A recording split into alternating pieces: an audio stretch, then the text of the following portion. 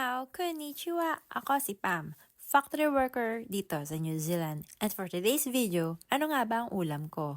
Char! Nagluto nga lang ako ng pasit canton at sinamahan ko na rin ng reno at pinalaman ko sa tinapay. Ito nga lang ang babaunin ko. Dami ko na rin kasi nakain ng kanin kanina. Nama ko na rin yung natira naming spam. Yan nga ang ebidensya, may kagat pa sa skupurude. Ganun talaga, pag nasa ibang bansa ka, walang arte-arte. Abay spam yata, yarn. 3:40 na nga at papasok na ako sa production. 3:50 kasi ang start ng production namin. Halos wala nga akong day off ngayong week. Talagang straight naman talaga ang pag-OT ko. Pero mo ba naman, Monday to Friday ay meron kaming 2 hours stay back overtime. At pagdating naman ng Saturday and Sunday, imbis na rest day ko, ay talagang pinasukan ko. O diba?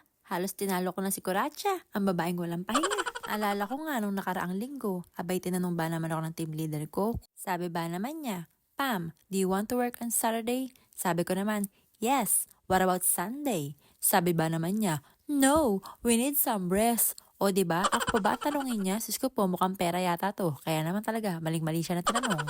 Huwag niya akong susubukan, abay talagang di ko siya uurungan pagdating sa OT. Dahil Caviteña ako at proud na Pinoy, ay talaga namang sanay tayo sa pang-bardagulan na trabaho. Kaya panis ang OT-OT na yan sa mukhang pera na kagaya ko. Charis! Kita niyo naman, pakain-kain lang yan, pero deep inside, nagko-compute na. Kita niyo naman ang mata, paldong-paldo na.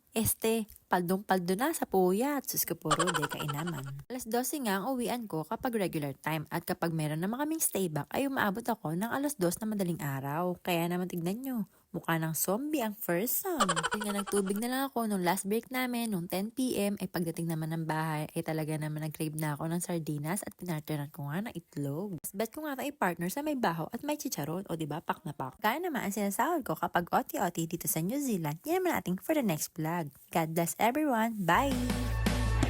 After you clear your eyes, you see the light somewhere in the darkness. After the rain has gone, you feel the sun comes. And though it seems just so never ends, someday it's gonna make sense.